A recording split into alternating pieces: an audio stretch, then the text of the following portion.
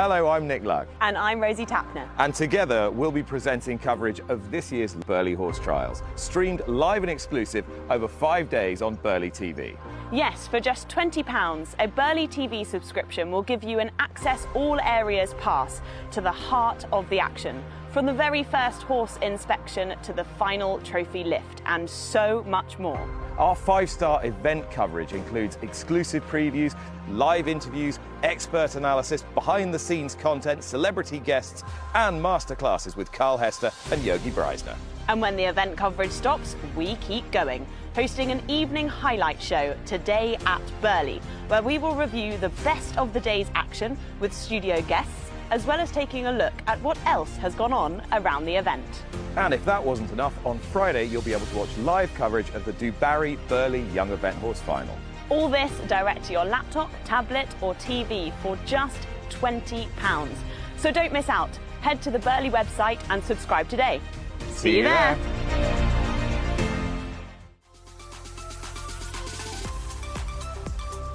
Welcome to Ratings Eventing Podcast listeners and an Inside Burghley episode for you. Now, the guest on today's show, I'm basically just going to sum him up as an eventing legend, but also a Burghley legend, because if you think of brilliant Burghley moments, he features in many of them.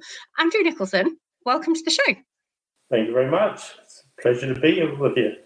Very much looking forward to picking your brain on all things Burghley. But first of all, I'm interested in kind of when Burghley first came on your radar. Growing up in New Zealand, when did you first become aware of Burghley? It probably would have been the second year, third year I was over in England here. You know, obviously in the beginning it was all badminton, and then I heard about this Burghley place and I seen it on television and watched it and thought I'd like to go there as well. And it looks like it's quite easy to ride around that. And I ventured off there when I definitely wasn't up to being able to go there, really. Horse wasn't up to it. I definitely wasn't up to it. And it's all a bit of a mess. But I did that a few times. Don't ask me to give you the dates or what went wrong, but I can assure you it wasn't good. But I did keep going back. It was, I think your first visit was 1983. It was a horse called Terrapie. It was the steeplechase. That's enough information. That was enough. We don't need to, we'll get on to the good bits. Shall we go on to the good bits? Yeah, but it did take me quite a lot of goes to get the good bits. When you went, and having thought it was much more straightforward than it then appeared to be, did you immediately have the Burghley bug, and did it feel like actually this was one that you really wanted to win one day? I'm a competitor, and I never started out riding horses to be an event rider. I only rode horses because I could make money selling them when they were young. So, you know, landing up being an event rider was a bonus, but being a real competitor is what drove me to places like Burghley. You know, the first time I seen it on television, it all looked very easy. When I arrived there, I was still stupidly naive, but I was very surprised at how up and down the terrain was, and the old ridge and furrow, which they've leveled quite a bit of that out now, but that used to be a lot, and I had never experienced it before, and it was very, very difficult just to gallop a horse in a rhythm over that, never mind the jumps, just that. So, you know, once as you go there and things go pear-shaped, and if you're a competitor, you want to improve, you want to conquer it, and that's pretty much the way I feel about it. It feels like actually that rings very true, isn't it? You know, Burghley is one that the real competitors, absolutely, that is the one that they want to get, because for those reasons you've mentioned, it's hard. You know, it's not a straightforward event, and actually all of those different attributes make it even more difficult. One of your kind of first early Burghley moments I want to call them, that actually was a real kind of turning point, I think it would be fair to say, was back in 1993. So it was with a horse called Spinning Rhombus. It was the year after Barcelona, the Olympics and the show jumping, which really hadn't gone to plan. You were third going into the show jumping on the final day back at Burghley in 1993. Take us back to that day and actually what it felt like, having conquered the cross country the day before, but actually having a big day still to come. Okay, so yes, Spinning Rhombus, I mean, people who would remember and would know my experience in Barcelona, and if you don't know anything about that, you best not to know anything about it. But I'd changed everything with the approach for show jumping. Everything I did with them was totally different. And he'd gone very well at badminton on that new style. I went to Burghley, and the cross country was caused an awful lot of trouble that year. I remember there was a bounce of oxes, and no one had ever really done a bounce of oxes. That was just one of the many new things. And a horse like Spinning Rhombus, who didn't mind nudging show jumps, he wasn't going to worry about nudging oxes in a bounce. For him, it was all normal. So I had a very good cross-country ride. I remember going up to the show jumping, and I think Todd was in front of me. I think Toddy might have been in the lead. Did he win that year? I think he did, yes. So when we're sort of warming up, I said to Mark, he's going to feel the pressure after I've been into the show jumping. And I was joking, and he just started laughing and just said, you have no chance. And I went and jumped clear. Mark did have to feel the pressure, but he jumped clear as well. So, but that was quite a satisfying moment in itself when you've gone to an Olympic Games and had a real disaster in the show jumping and then come out on the same horse and jump the clear round at Burghley.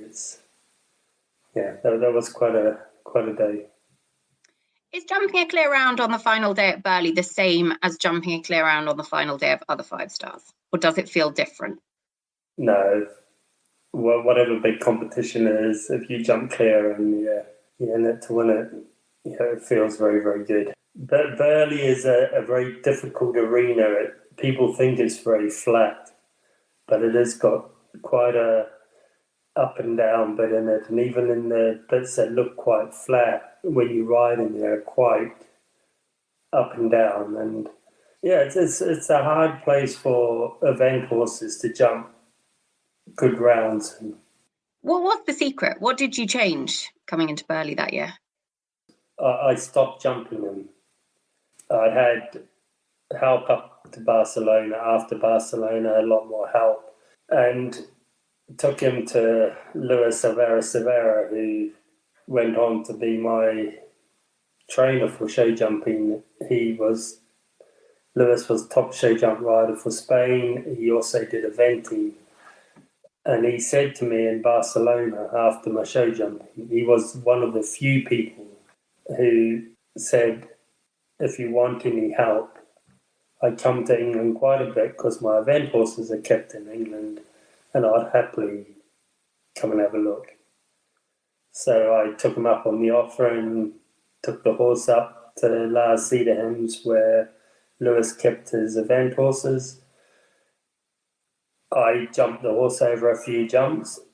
Lewis watched, and then he said he's quite good. And then we jumped a few more, and he got worse and worse.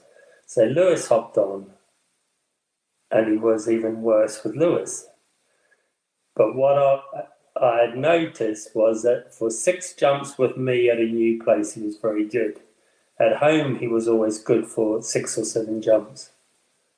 So I then tried what Lewis said, and I think I went to Buccalo and probably had 4 down in the show jump. So I then decided not to jump him. So he never jumped from one event to another. And I think in 2 years of doing that, he only had 1 rail down. And that was at badminton. And I got a little nervy at the second fence and pretty much I had it down. It's not easy when you go into a 5-star, show jumping and you haven't even jumped the warm-up fence. Suddenly that you go in there and the first fence looks very, very big.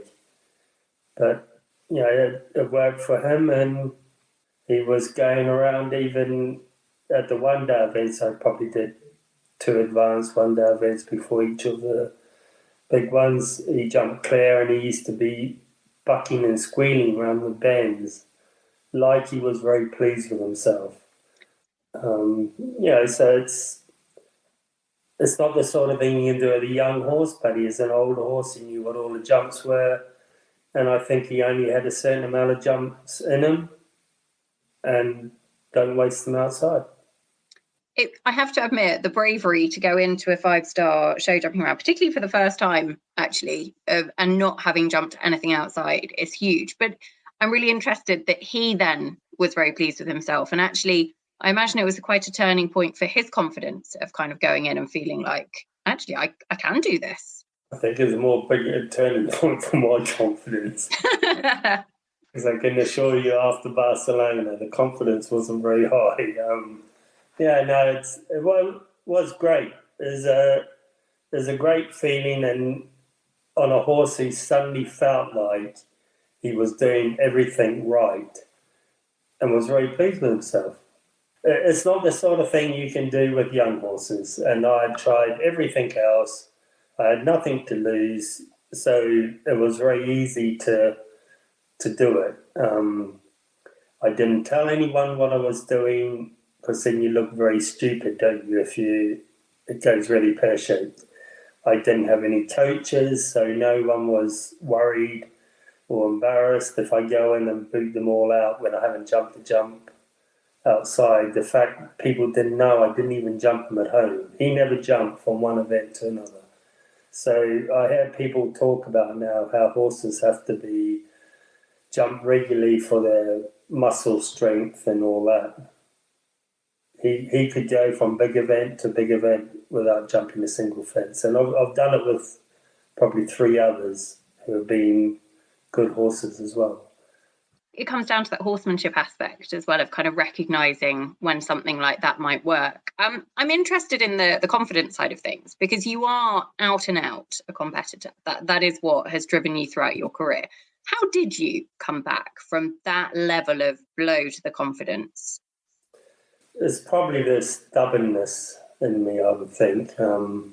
It's no different than going to an event and having, 4 horses to ride, and you fall off the first one, and I fall off the second one, and fall off the third one, and I can't wait to get down to the start box on the 4th one.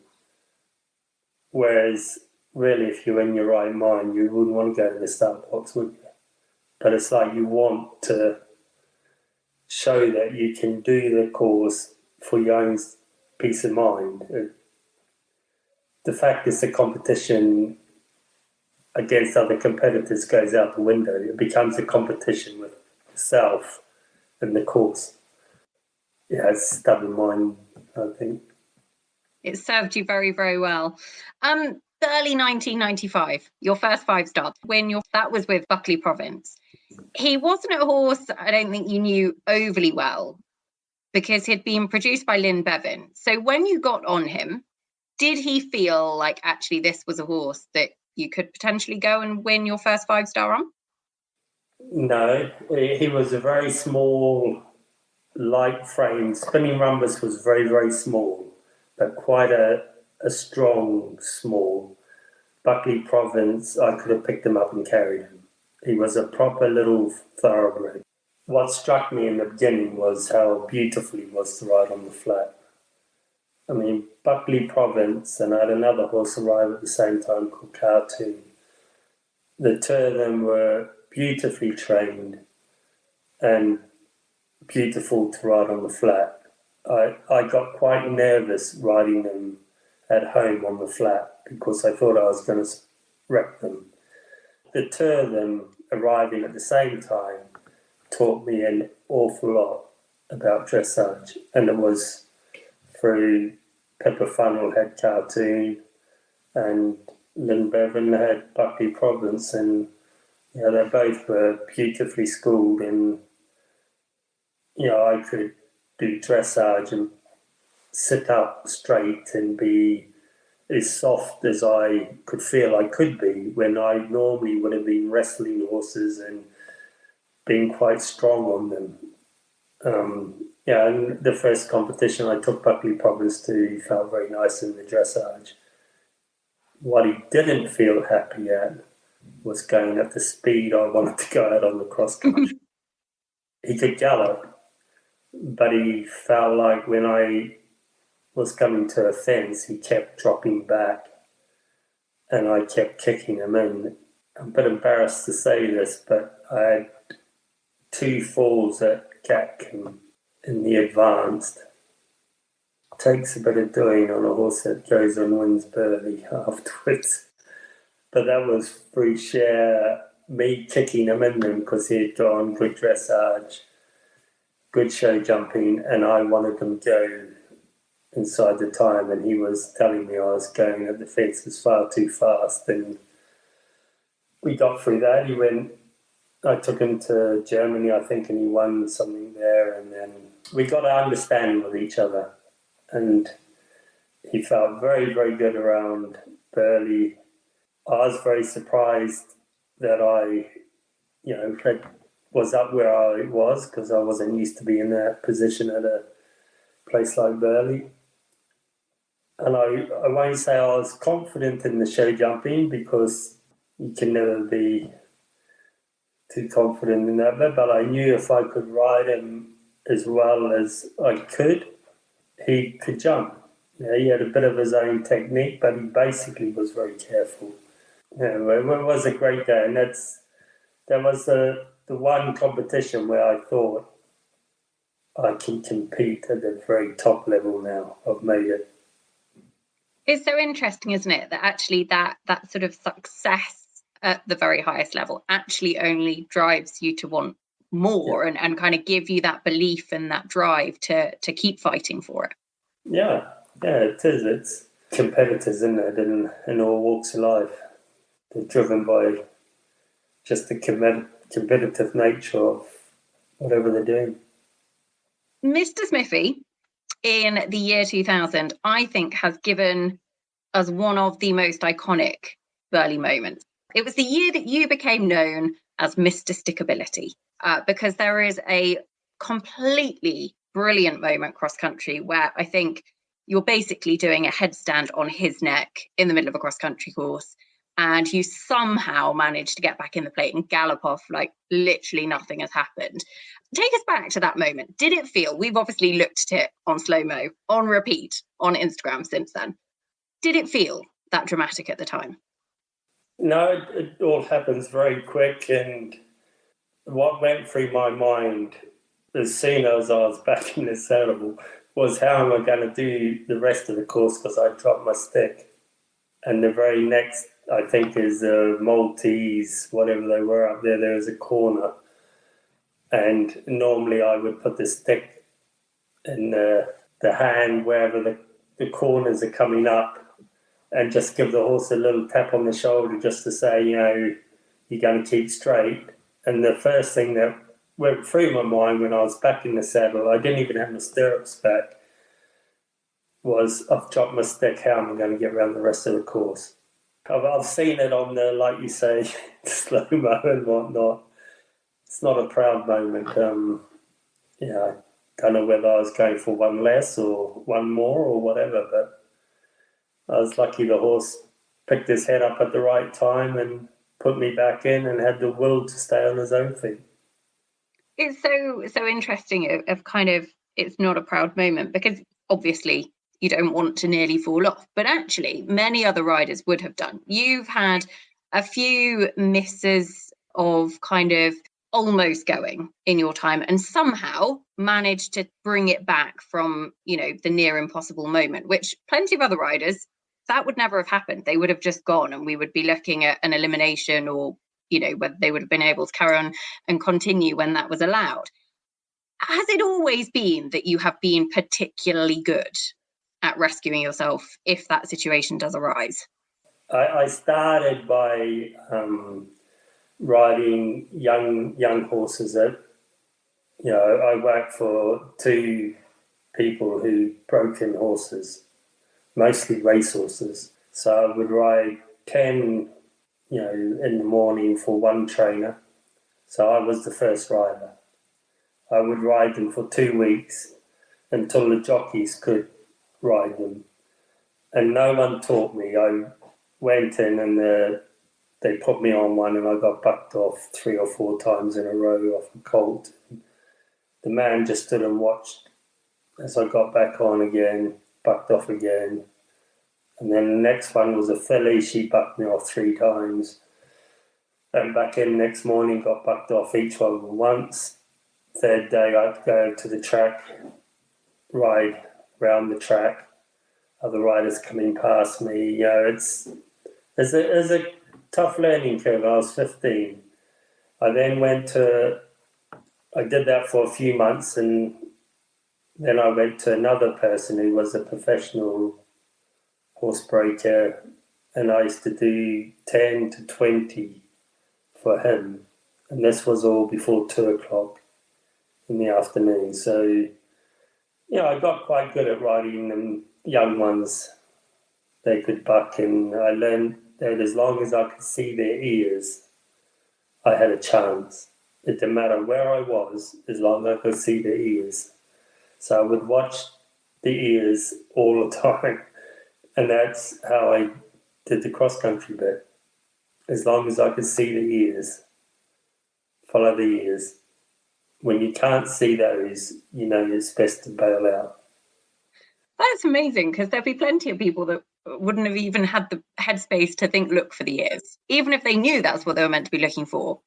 It happened quick. The majority of modern event riders don't fall off much, do they? Is that a good thing? Bad thing? I think it's a good thing until they fall off. I used to fall off a lot through riding the young horses. I did get bucked off a lot for the first few months. By the end of it, I got very, very good at it, and I could go a couple of years without being bucked off young horses. But with the competition horses, I could fall off them at home.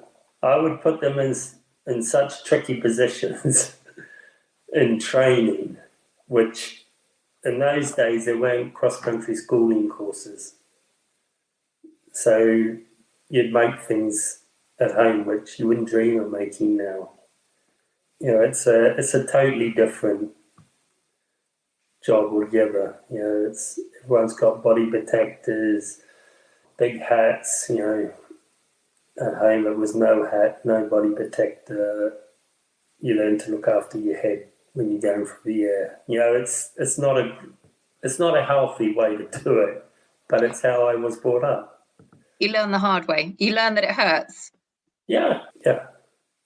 I think one of the things that we can become fixated on, particularly in eventing today, is kind of the need for it to be perfect. And actually, because everything is wanted to be perfect and look really good, that actually when things therefore aren't perfect, that's when they go wrong. Yeah. And also the modern horses are very good jumpers. It's difficult with those ones because when it goes wrong, it normally goes very wrong. When you have one that's not a very good jumper, it's used to not being a very good jumper. It's used to touching the front pole and the back pole. They find an extra leg because they routinely do it. You have a very good jumper and you make a little mistake when you're going fast, it's not so easy for it if it hasn't practiced it. Is that why you would particularly train at home, putting them in situations whereby actually it wasn't, they were a bit trickier? And to put them in a difficult situation is just what I would be building, and whether they're a little bit green and a bit naive and I'm a bit go and get on in there and we're going to do one less stride, and those sort of things. So you learn to read the play. You know the story. You know what what's going to be on the next page before it's happened. But you have to put yourself in those positions first, don't you? You do. And then you hope that actually when those situations arise, when the chips are really down, that actually all of your training plays its part and you can get yourself out of bother. And falling off ain't that bad. 99% of the time, it's not that bad. It's the ground's there. It's good to know the ground's there. It's just how you're going to land on it. But riding horses is dangerous. There's no safe option with it. It doesn't matter how much gear you put on or how safe the horse is. When you get on a horse, it's dangerous, isn't it? You're sitting higher up.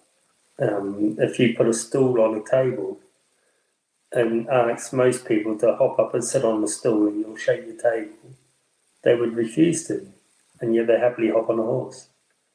It's the same type of thing, isn't it? I was going to say, I'd much rather get on a horse than a stool on a shaky table, to be honest. That sounds much more terrifying, but it's very true. But it's just, it's no different, is it? You're sitting up off the ground, and the thing with cross-country riding is there's an awful lot of ways to do it. You just look at the top riders through the years. Most of them have their own little styles, and they can make it look very, very good.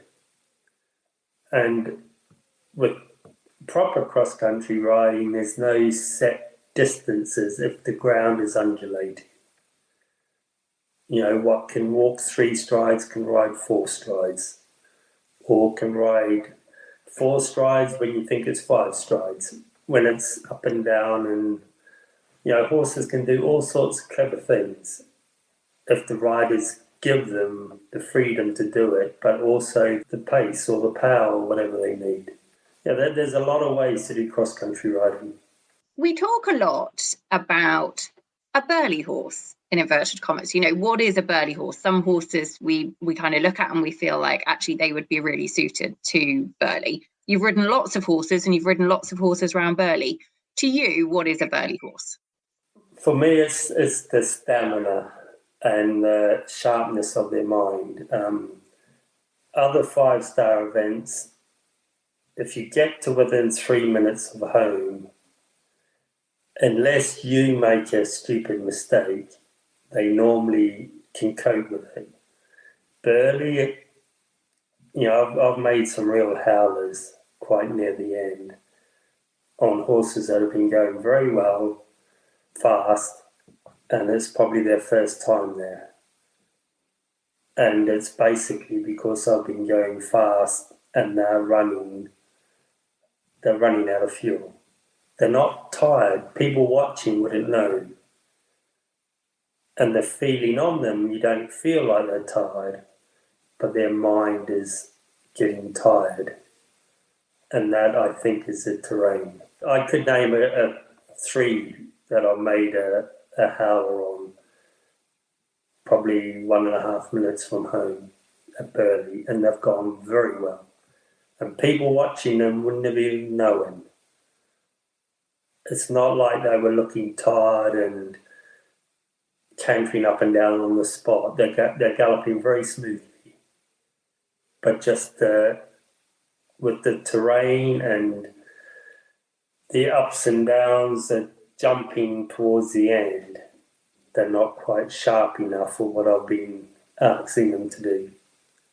But I learned that as I went along, and and they often didn't really get to be burly horses. Those ones. It's interesting because you can recognise that, which I think you understand quite where it hasn't been quite right, and obviously the competitor looks back and remembers the moments that stand out that weren't right. There were loads more that obviously did go to plan. In the same way as a burly horse, is there a certain type of rider that excels at burly? Yeah, I think it's you have to concentrate very, very hard. At all those big events, you have to concentrate. But burly, you've got to keep the concentration right to the end And this is what I was meaning about the few times I made a howler.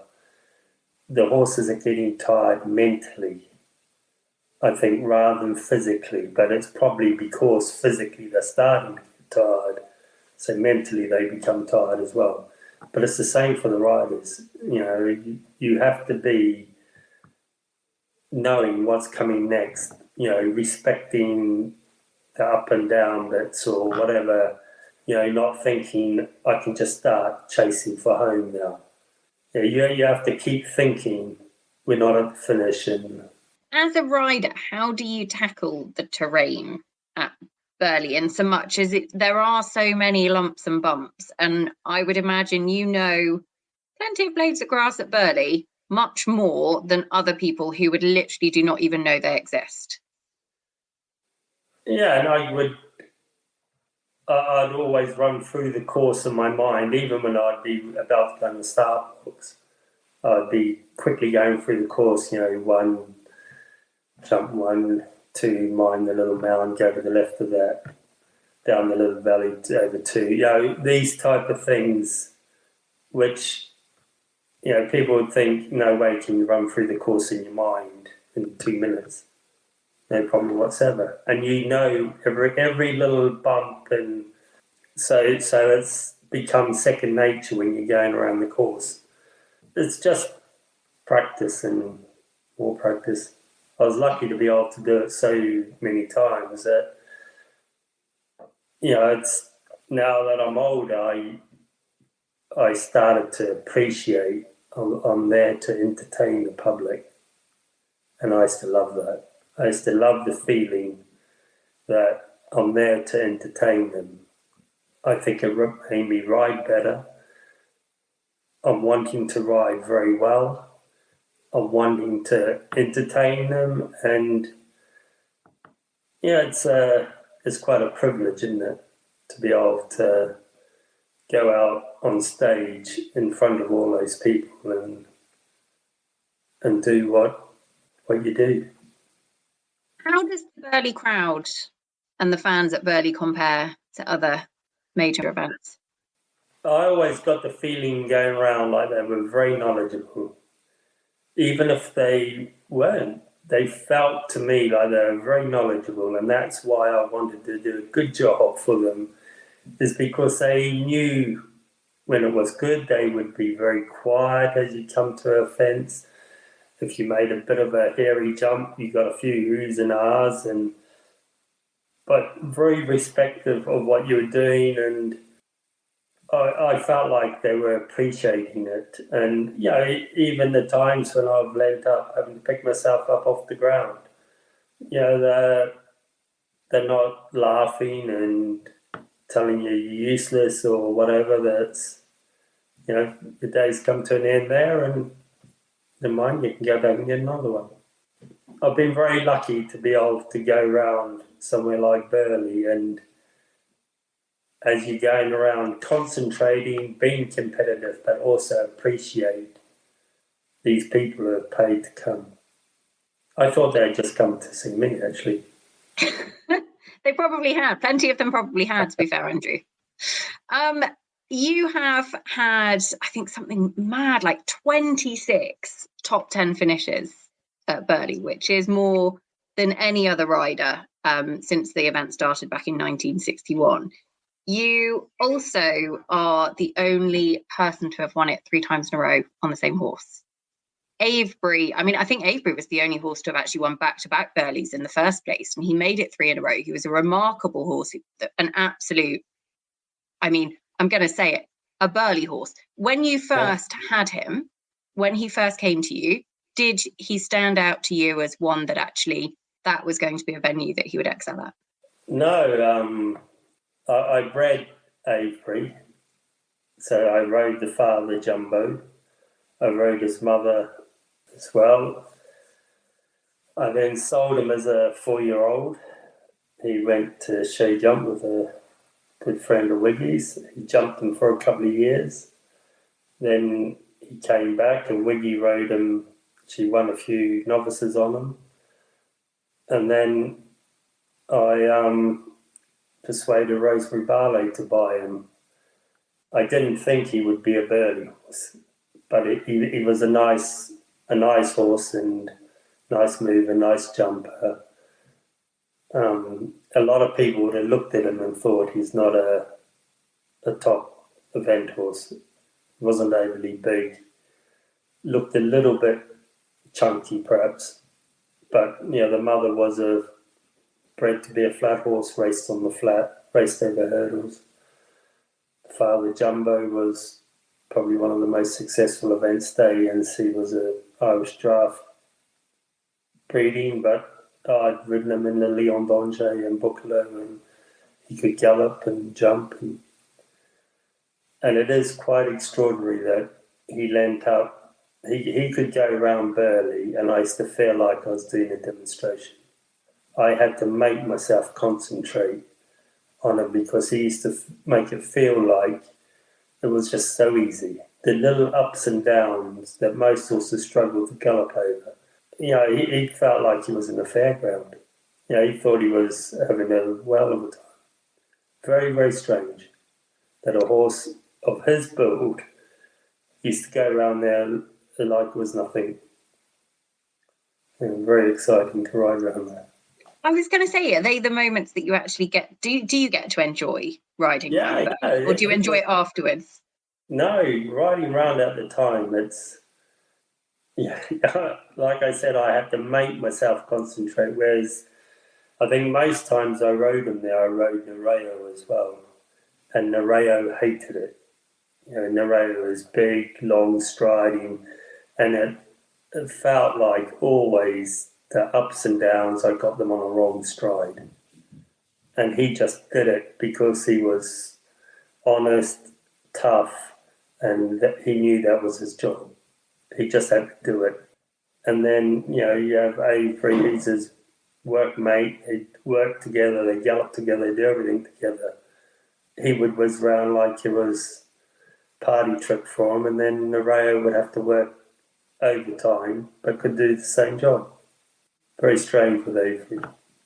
It's incredible. And Nereo, actually, just to put into context how good he was at Burghley, the most top 10 finishes from any horse at Burghley is 4, and he is in a very, very elite list of having 4 top 10 finishes at Burghley as well. I think was he second 3 times? He was always agonizingly close, and it felt like kind of the one that got away. Avebury was unbelievable to ride around there. I was lucky to be able to enjoy it, although I had to make myself concentrate. It felt fun, real fun, and you knew you had a lot more speed left if you needed it. He wasn't going as fast as he could. He's very, very strange. Nereo was at his maximum. I had nothing left in between the fences with him, whereas you knew Avebury, if you needed, you just told him that he needs to change gear, and he could do it.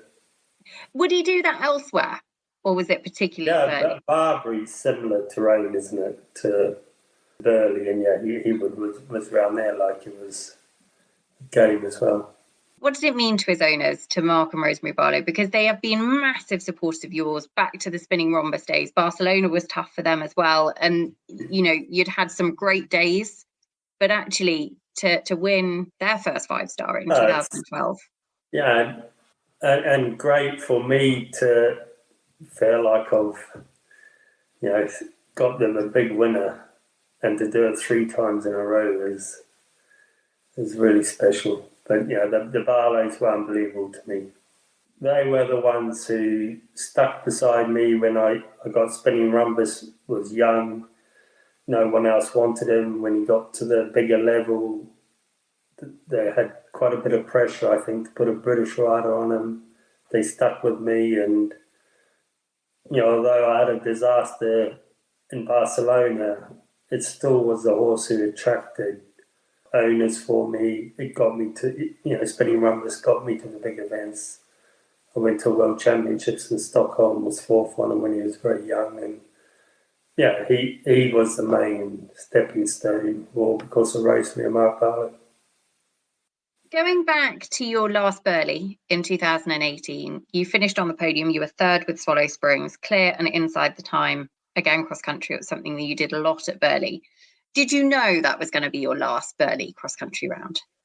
No, I never planned when I was going to stop. So no, I can honestly say no, I had no idea. Yeah, and then Swallow Springs felt beautiful around there. It's just one of those things that I think we had. He did badminton, didn't he, after that? And then I won Barbary, and then he injured himself. So I couldn't go to Burghley again. Whereas I fancied my chances of winning Burghley on him. And then 2 weeks before, he had injury. And then COVID came. So yeah, he was off over COVID, and then when I came back, I won Barbary on him again. But going around Barbary, I was the fastest time, but it's the first time I've had to concentrate on my balance, telling myself to sit up on the drop fences, and it felt like I felt like a bit of a monkey, to be honest. I had a very, very good horse in Swallow Springs. He was very fast, very easy to ride, and I felt like I was a little bit of a monkey going around there. I think I had a couple of time faults, but he was still the fastest and he won. And I thought to myself then, I'm not up to the speed of the young ones now, and that's when I spoke to the owner afterwards and said about we put Oliver on, and if he can qualify at Blenheim, he takes over, and if he doesn't qualify, I'll ride at badminton on him. Paul Regin, who owns him, has been very good to me as well over the years, and so at the moment Oliver got his qualification at Blenheim, that's enough for me. People said to me at Barbary, "Oh, you look very good, very good." And I just sort of smiled, and I knew I didn't feel good. I felt like I was wobbling around, and things were having to happen quicker than what my body could cope with. My mind knew what to do, but it was a bit slow, and I just felt I couldn't go to the big events. And if I finished second because I had 2 time penalties, it's not because I've got a slow horse. Left to me, I would have quite happily stopped straight after Barbary, but I needed to get the horse sorted out for the owner's sake for badminton, because the horse was getting older, and when they're well, you need to take them to these big events. So I don't regret it. No, not at all. I don't go to the big events, walk around thinking, I wish I was doing this. I've had my time, and it's good to let other people do their bit in their ways and respect them and watch what they do. Is it harder watching? No, I find watching quite easy, and working with the different riders I work with, I have a lot of respect for what they do, and like I said earlier, there's a lot of ways to ride cross country, and it's quite a difficult thing to teach. I think if I had done teaching while I was riding at the top level, I think I could have been even better. I think I would have been better than I was, because I was quite blinkered in my approach. I was quite tunnel vision. Whereas since I've been coaching more, you see more different ways, nearly always the same mistakes, done different ways. And I think I could have polished my bit up a bit, but who knows? Everybody else would have been cursing Andrew. Everyone else would have been like, oh God, he's even better. Avebury's name still lives on at Burghley. Obviously, he's got 3 plaques down Winners Avenue, which is incredible in its own right. But actually, the Avebury Trophy was introduced last year, which is awarded to the horse that has the best cross-country round. Take us back to last year, because am I right in saying that you picked the winner? Well, and Rosemary and I think Mark Phillips as well. But it picks itself, doesn't it? You only have to look at them going round and the winner picks itself. Yeah. Last year's winner, absolutely. Janelle Price Classic Moe. Yeah. Yeah, and there's a cross-country machine, the 2 of them together, not just at Burghley. They would do it week after week. And, you don't have to be a genius to pick the ones that are natural at it. We'll miss them this year, that is for certain. Just to cap it off, obviously Burghley has had some incredible memories, some tough memories along the way, but it's been a massive, massive part of your career. What does Burghley mean to you? Can you put it into words? Burghley was always my favourite place to go. There's something about Burghley that's very different to the others, whether it's the stables and Lorry Park is very sort of outside the main competition area. You're away from the trade stands. It's a very socially tight Lorry Park, stable yard. You then go up to the main arena and suddenly it all comes alive.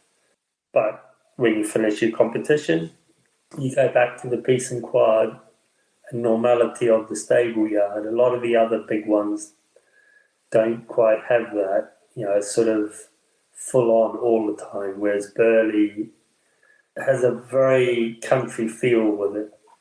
I suppose finishing summer, coming into autumn, all that is, I come from a farming background, and the beautiful green grass and rolling hills around Burghley is, not to mention the house in the background. It has an unbelievable feel for a big competition. It's incredibly special, and we cannot wait to be back there this year. Andrew, you're going to be back this year because I think you're on the judging panel for the Dubarry Burghley Young Event Horse class at the final, which is very exciting. You will never get away. They'll always bring you back. Is that an upgrade or downgrade to riding? No. It's the stars of the future. You'll be looking at the next Burghley winner. Okay. Andrew, thank you so much for walking down the Burghley history with us and reliving some of those great moments. Pleasure. I've enjoyed talking about it, to be honest.